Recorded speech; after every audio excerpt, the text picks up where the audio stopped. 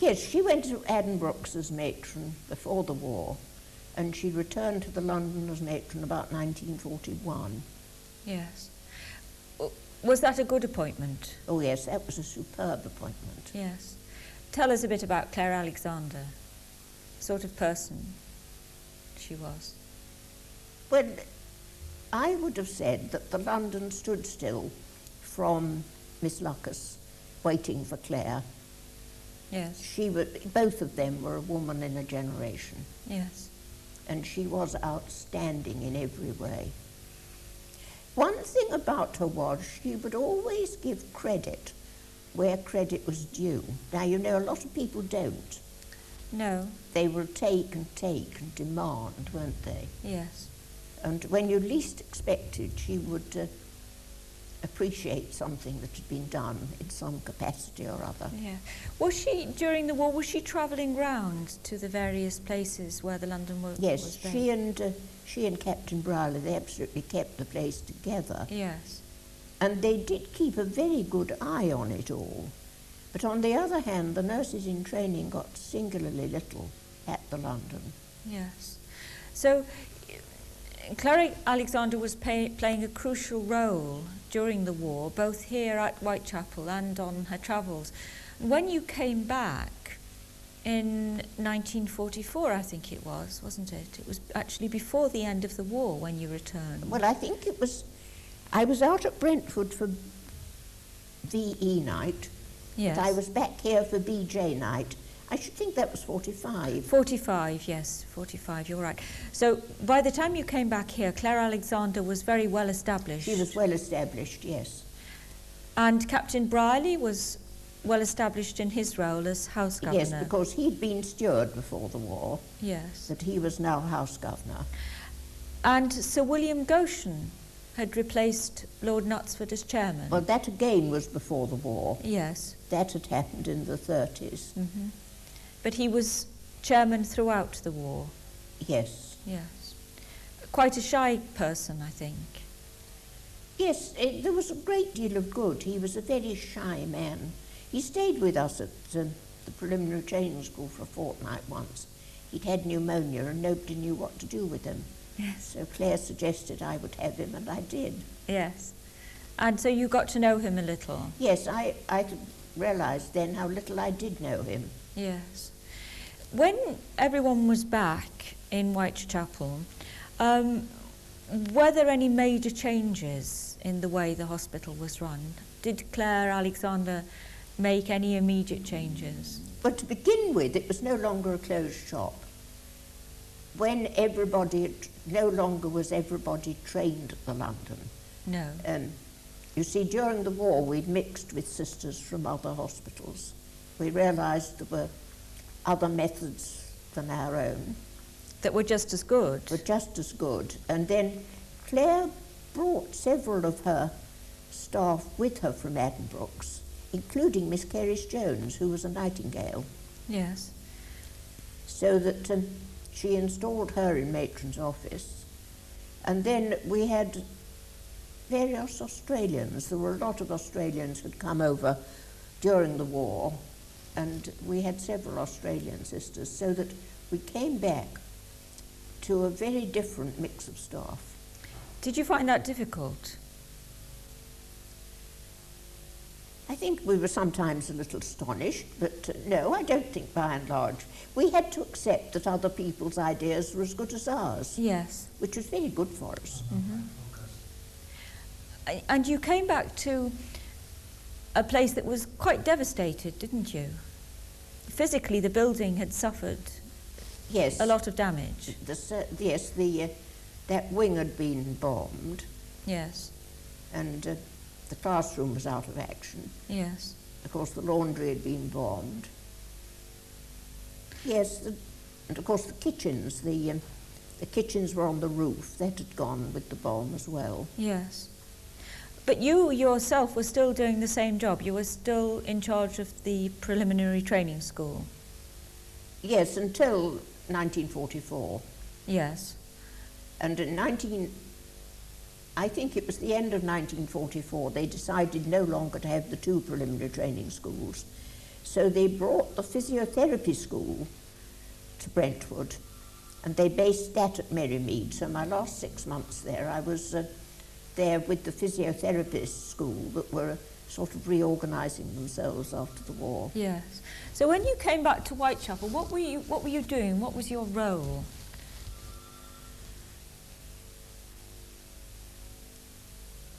Well, nobody had suggested that I was coming into matron's office, but obviously that was what they'd got their eye on. But I came back from Brentwood, and the day I came back, the senior night sister eloped, which is an unheard of thing to happen. So they put me on night duty for a fortnight just to start. But I hadn't seen a patient for 3.5 years. It was the most hair-raising experience.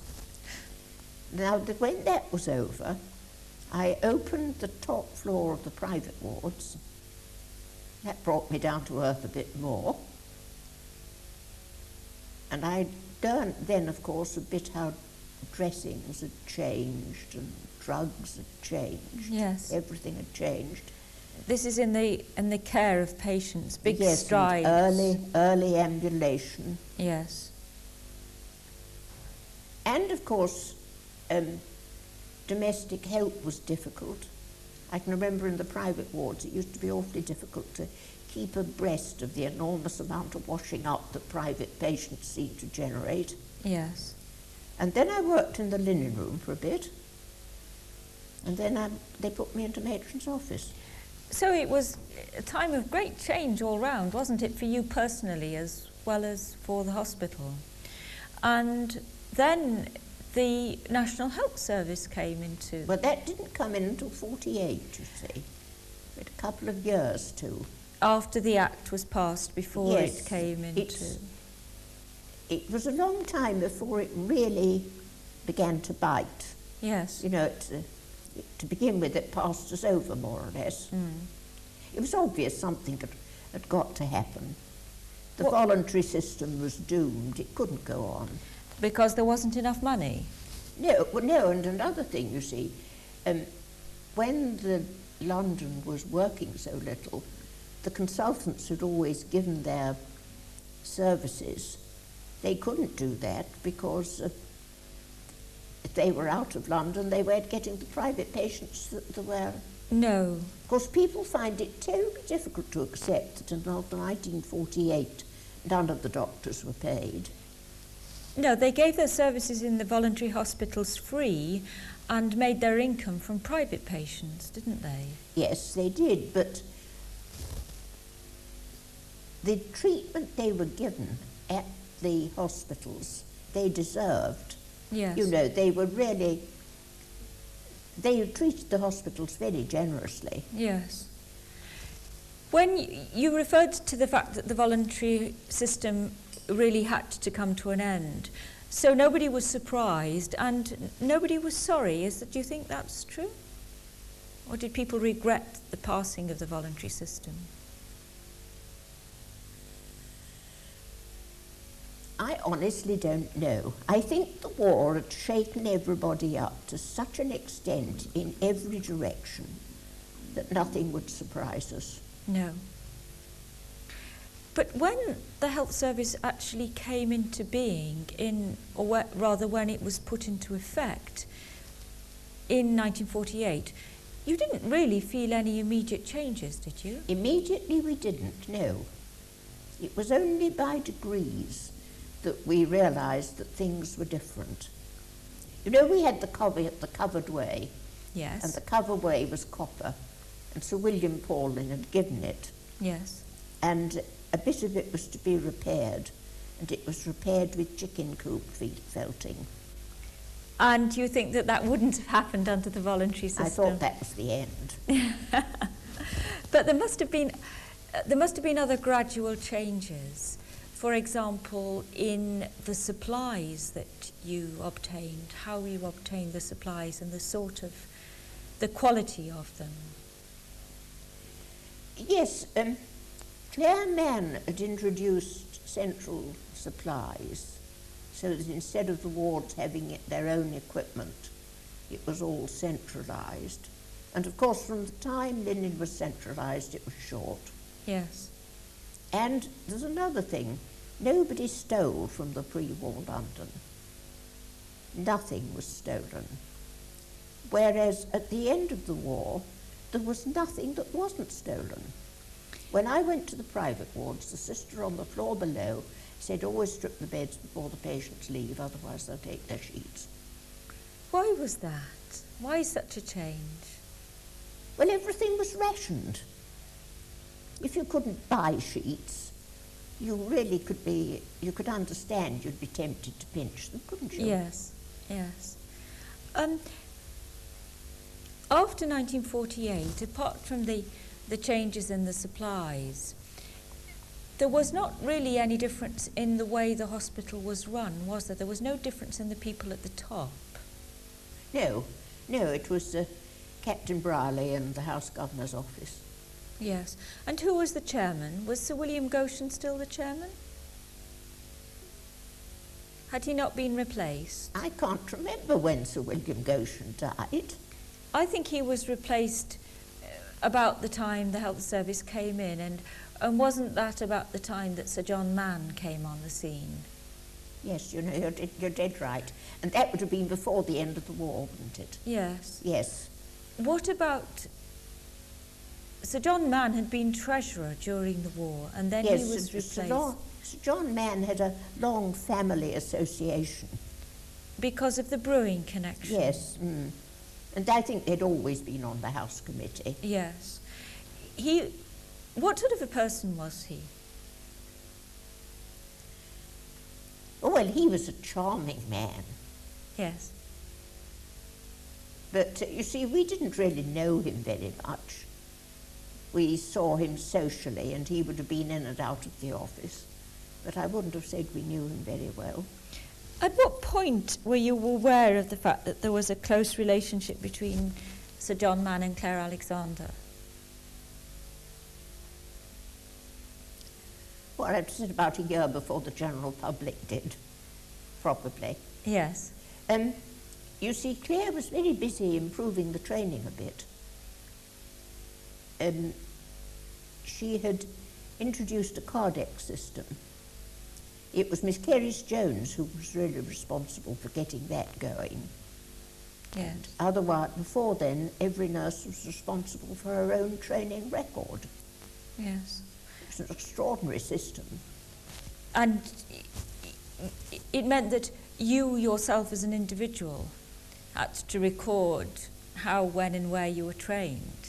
Is that what you're saying? Yes, every nurse was responsible for recording every day of her training herself. And that book was handed into matron's office once a month, and it was entered into a register, so that although the nurses didn't know it, it was their records that were recorded. Claire Alexander presumably thought it would be far better. But I think she thought the cardex system was a much better one. Yes. And Kerris got it started, and then she went to be matron of the Westminster, and I took over the allocation, and we had an excellent secretary, a Miss Abraham.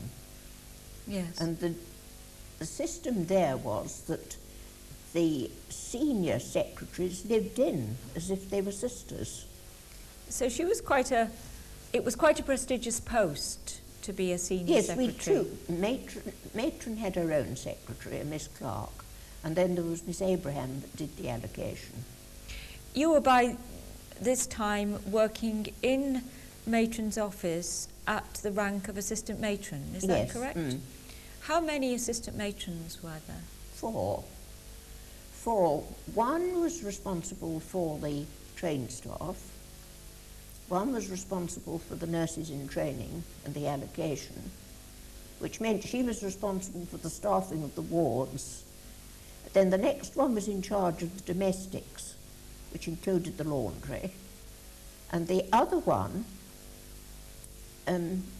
did all the outlying places, because there was Brentwood and Banstead, a place at Woodford, another one at Hayes Grove, and Felixstowe.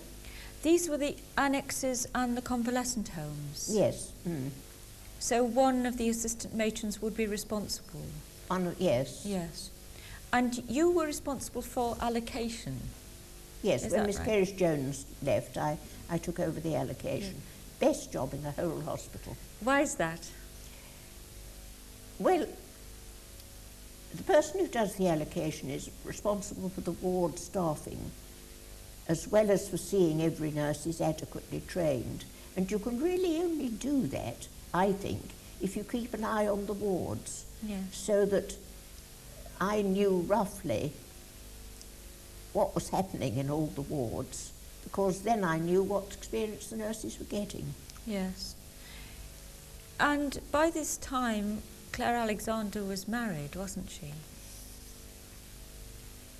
Well, she did marry, yes. Yes. I'd been in matron's office, I should think 3 or 4 years before she married. And when she married, she had to give up the position of matron, didn't she?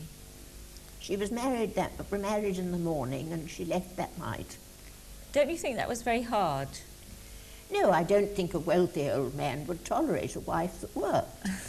So John Mann was much older than her? I doubt if today a wealthy elderly man would accept married a woman who had to live in. No, that's true. She would have had to...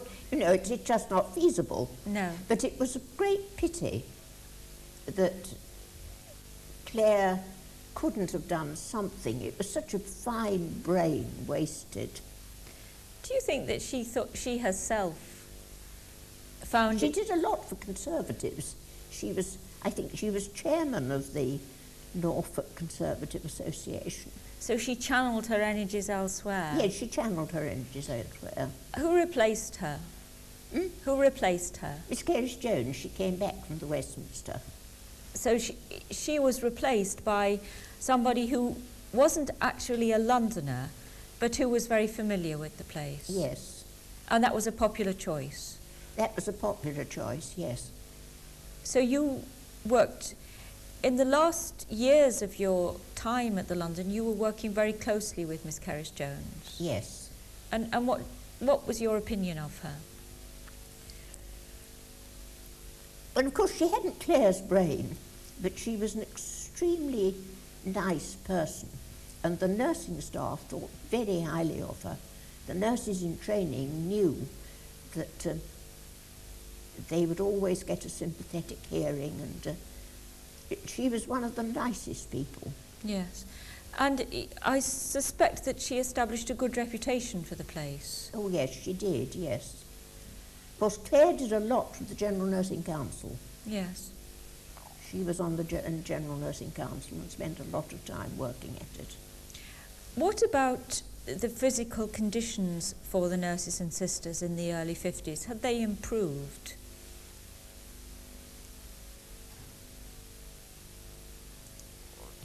Yes, they went back to the pre-war standard of physical comfort. No.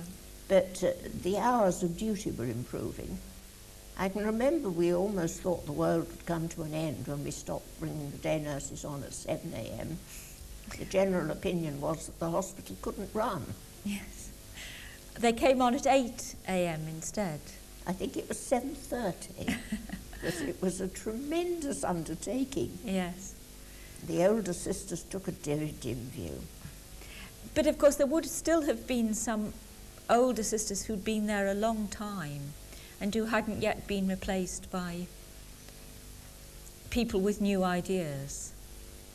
I would have said that by the end of the war, there weren't many of the really old ones left. No. So you were saying that the physical comforts weren't back to the standards of pre-war days, but I think perhaps the accommodation had improved. Well, Claire then started getting her senior staff into more like flat accommodation. Yes. Annie Harris and Kerris and I shared one of the houses in York Street, which was a lovely place to live. And that was quite forward-looking, I think, wasn't it? Yes, yes it was. Then, of course, they built Knutsford House which was accommodation simply and solely for trained staff. Yes. Nobody visualised then that the time would come when it wasn't wanted. No. No. You see, in the course of the war, they had to accept that you did employ married women. Yes. After the war, was the London still employing married women, or was it still frowned upon? You had to leave when you were married. Oh no, they were employing them. So that was a big change that came about Yes, it was, during yes. the war. It was the beginning of marriage being an acceptable state. Yes. What about the relations with the doctors after the war? Was that more relaxed? I think it must have been, because in matron's office we all had our own circles, and it was an understood thing that if Alan Perry came into the office in a bad temper, I was the best one to deal with him because I knew his wife very well. And he came into matron's office one day absolutely fuming. And he finally said to me, "You know, Margaret, it's not right. There they are in the theatre, all calling one another by their Christian names, and they shouldn't do it." And it was all I could do not to say, "No, Alan, they shouldn't." And I suppose actually that really was a very big change, wasn't it? Yes, and I still think it's a pity. Yes. I still think that there's too much of today's Christian names. It breeds a familiarity that perhaps is not correct for the job. I think so, yes. Yeah. It's funny that I've had my niece on the telephone, and you see, she is relatively young, and as a practice nurse, she'd gone to lecture to a school of nursing at Bedford Hospital. And she said she was horrified. The nurses were calling their tutors by her Christian name. And she's considerably younger than you are. She's not less than half my age. You were quite young when you gave up work, weren't you? Yes, I was 55. Why did you give it up?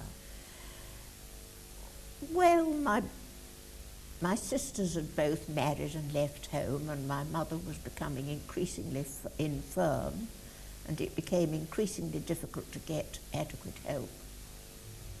So you left the London really when you were at the peak of your career to Yes, go... I can remember Captain Broadley said to me, "But you need not leave." You decided to leave though because you felt the journey would be too difficult. What I'd been doing the journey, I'd been living out for some years. No, it was getting to it. What was the sort of companion help?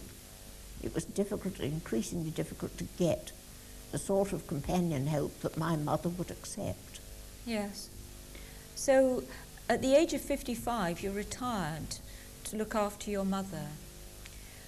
Then when your mother died, did you consider coming back to work? Were you able to come back to work?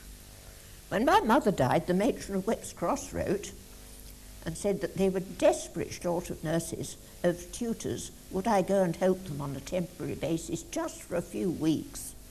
And so I said yes, and I went and stayed 5.5 years. So this was your second career? Yes, I didn't actually give up teaching till I was 74. I was teaching at the Polytechnic. Yes. And still keeping quite strong links with the London? Yes. Mm. Both with the hospital itself and with people whom you knew socially? Yes, I had friends and I belonged to the League. Yes. So in fact, the break that came in 1958 wasn't so much of a break as it seemed at first. No, I think I regarded the London as being just down the road. Yes. I had a lot of friends here. Mm-hmm. It was a very different place, wasn't it? The London of 1958. Yes. From the London... What do you think were the main differences?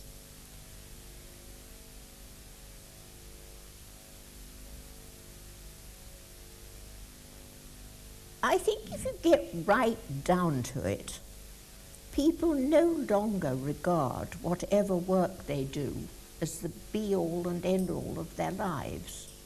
everybody expects to have a life apart from their work, Yes. whereas nurses never did. No, there wasn't time for anything else. There wasn't time. It was a sort of professional slavery, in a way. Yes, and of course, people seem to pride themselves that they don't like their work now. I think that's partly true, yes, yes. But you're still working, aren't you? No, not really. Well, still coming in, still connected with the London. Very loosely, yes. Yes. And yet you've got a life apart from work, haven't you? I suspect that you always had a life outside the London. Well, I suppose I have, because I've always had a family that stuck together. Yes. You know, we've always had strong family links. Yes. And that's been important to you, hasn't it? Yes, I think so. More important, as important as the family of the London hospital. Well, I suppose I think the London, you know, just about neck and neck. Yeah. I'm very fond of the London. I think that's very obvious.